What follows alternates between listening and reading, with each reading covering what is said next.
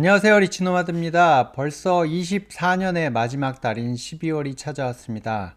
지난 11월 달은 사실 저는 좀 많이 힘들었는데요. 여러분들의 투자 성과는 어떠셨나요? 일단 주식시장 한번 살펴보겠습니다. 미국과 국내 시장의 차이가 더 벌어진 11월이었는데요. 11월 한 달 동안 코스피는 3.9%나 빠졌고 코스닥은 8.7%나 빠졌습니다. 그에 반해서 S&P 500은 5.7%, 나스닥은 6% 넘게 올랐고 특히 다우 같은 경우는 7.5%나 오르면서 연간 수익률을 거의 20%에 가까운 그런 상승을 보여줬습니다. 코스피나 코스닥은 마이너스 7.5%, 코스닥은 22% 마이너스라는 아주 참담한 실적을 보여줬는데요. 나스닥은 28%나 올랐네요. 여기에 환율까지 감안하면 거의 뭐 35% 이상 올랐던 것 같은데, 시장은 상당히 어려웠지만, 뭐 이 어려운 것에 이제 뭐 성과는 안 좋았겠지만, 변화에 잘 대응하고 있었는가에 초점을 맞춰서 한번 이야기를 해볼까 합니다. 제 포트폴리오는 이번 달에 조금, 그러니까 11월 달에 조금 변화를 줬는데요. 일단 종목 중에선 이렇게 세 종목이 새로 편입이 되고 몇 종목은 좀 빠져나갔습니다.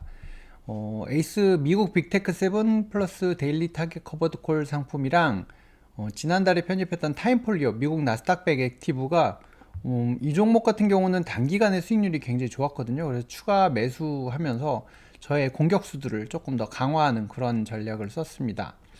그리고 요즘 좀 주가가 지지부진한 맥쿼리 인프라를 일부 매도해서 제가 이제 뭐 자금이 한계가 있기 때문에 여기서 매도해서 이제 뭐 이런 상품들로 좀 바꾸는 그런 작업들을 했는데요. 그리고 이제 뭐 타이거 리츠 부동산 인프라 리츠들이 요새 좀 상태가 안 좋은데 리츠는 조금 남아있던 거 전량 매도를 했고 미국도 금리가 좀 지지부진한 것 같아서 이걸 좀 전량 매도를 했습니다. 이건 뭐 IRP 계좌에 정말 조금밖에 안 들어있었기 때문에 이거 매도를 하고 반도체도 전량을 다 매도했고 현대 로템도 입절하고 끝내버렸습니다.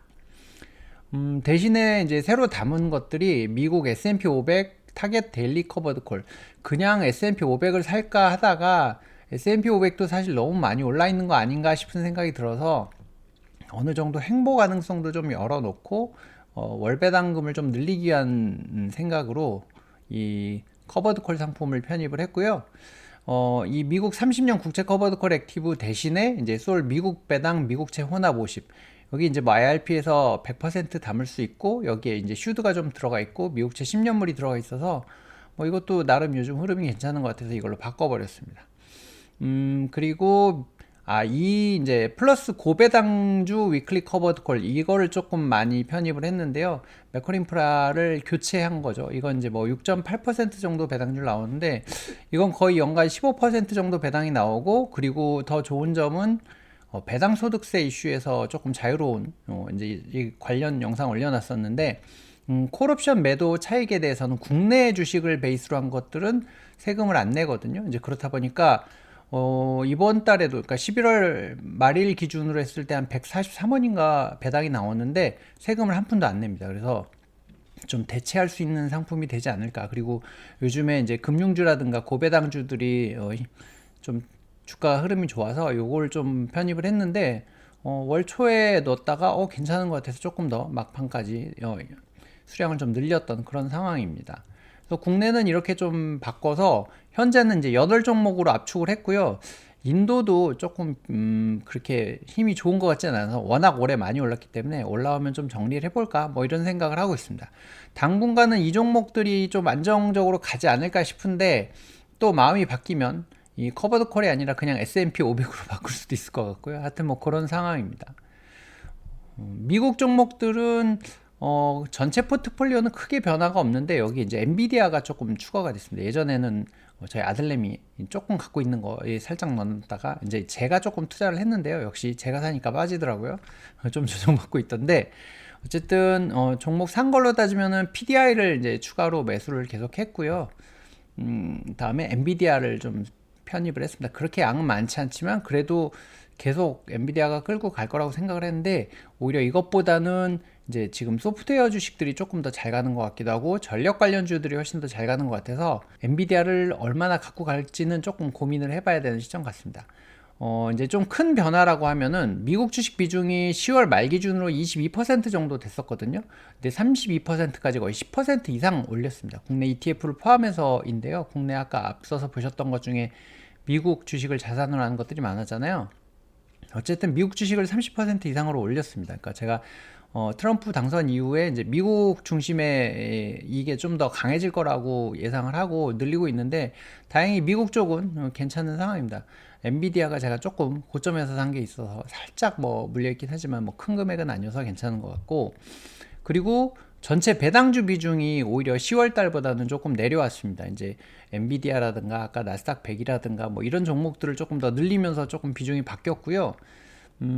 하지만 이제 국내 시장이 워낙 안 좋았고, 그리고 제가 이제 비중을 좀 많이 갖고 가고 있는 메컬인프라가 실적이 11월 달에 굉장히 많이 안 좋았기 때문에 11월 달에는 마이너스 3.15% 정도 이제 마이너스가 됐습니다.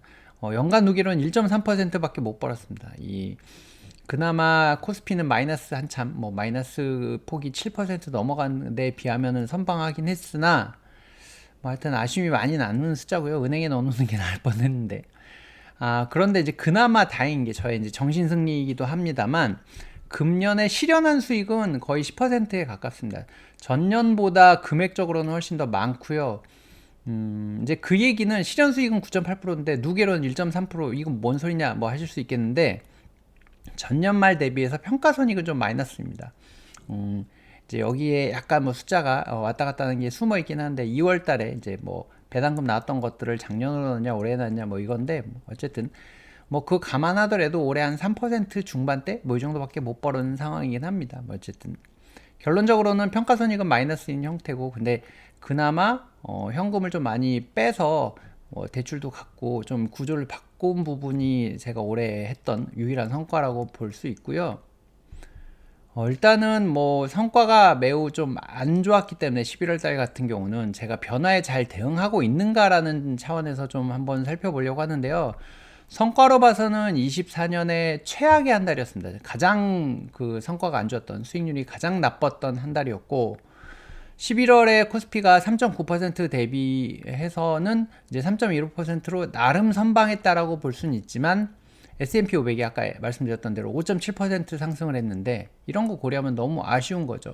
이제 그나마 미국 비중을 늘렸었기 때문에 조금 선방을 한 그런 상황이 됐긴 됐는데, 포트폴리오 이제 구조 변화를 한번 살펴보면 미국 시장으로의 자금 쏠림이 계속 일어나고 있거든요. 보니까 신흥시장에서는 돈이 빠지고 계속 선진국 시장으로 돈이 가더라고요. 그래서 미국 비중을 10% 이상 확대한 게 그나마 성과인 것 같고, 그래서 이제 조금 선방을 할 수 있었던 것 같고, 다음에 어쨌든 지금 뭐 트럼프 트레이딩이 막 왔다 갔다 하면서 변동성이 계속 커지고 있는 상황이거든요. 미국도 너무 고평가됐다는 논란이 있으면서도 이제 자금이 들어오면서 계속 올라가고 있어서 이게 어디까지 갈 것이냐라고 하는 불안감이 사실은 좀 있어요. 그래서 월배당이랑 고배당 종목의 비중을 좀 늘렸거든요.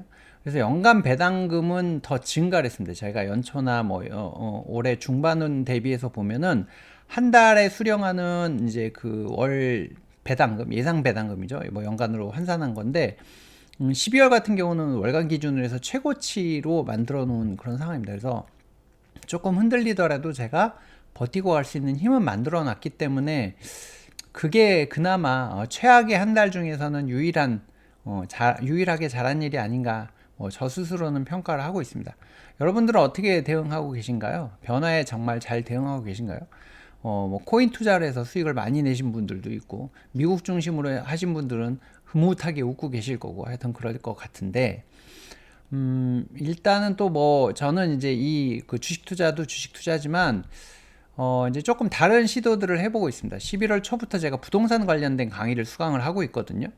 네, 부동산 투자도 일부 조금 하고 있었는데 너무 주먹구구식 아는 게 없으니까 너무 그냥 통밥으로 하고 있었는데, 체계적으로 좀 투자 구조를 만들어 봐야 되겠다라는 생각 때문에 온라인 강의를 수강했습니다. 근데 여기에 오프라인 뭐 조모임도 있고 이제 이런 활동들이 있어서 많이 좀 경험을 할 수 있었는데, 어설프지만 분위기 임장, 무슨 단지 임장, 매물 임장, 시세 트래킹, 뭐 이제 여러 가지 제가 모르던 용어들이 나오고, 지금 이제 시장이 매매가가 많이 떨어지고 있고 전세가는 올라오고 있는 이런 상황들이어서 사기 좋은 시절이 다가오고 있다. 뭐 타이밍이 다가오고 있다. 이런 얘기들을 많이 하더라고요. 근데 이제 이런 것들 준비하는 정말 부지런하게 노력하시는 분들이 많더라고요.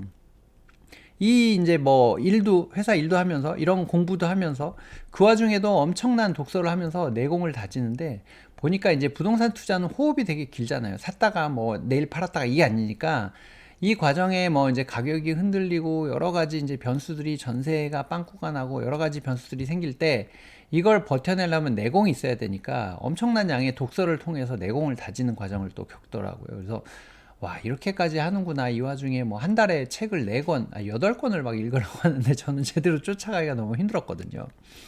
그리고 주말 아침 일찍부터 막 인증을 하시더라고요. 아, 저는 오늘 임장 갑니다. 뭐 이제 발 이렇게 사진 탁 찍어갖고 올리시는데, 주말도 이 투자를 위해서 열심히 노력하시는 분들을 보면서, 아, 나는 요즘 많이 게을러졌네. 뭐 이런 생각을 하게 되더라고요. 여러분들은 얼마나 이 투자를 위한 그 투입을 하고 계신지, 노력을 투입하고 계신지 궁금하네요. 저도 그래서 이 강의 통해서 조금 많이 반성을 했고, 조금 더 부지런하게 열심히 투자 공부를 하고, 노력을 해야 되겠다라는 생각을 했습니다. 11월에 대한 반성은 잘 뭐 이렇게 넘어가고 12월 달은 조금 회복이 돼야 될 것 같은데 오늘 주식시장도 뭐 그렇게 힘이 있어 보이지는 않는 그런 상황이어서 어쨌든 월말까지 또 구조를 많이 바꿔가면서 대응을 해보려고 합니다. 오늘은 여기서 마치도록 하겠습니다. 시청해주셔서 고맙습니다.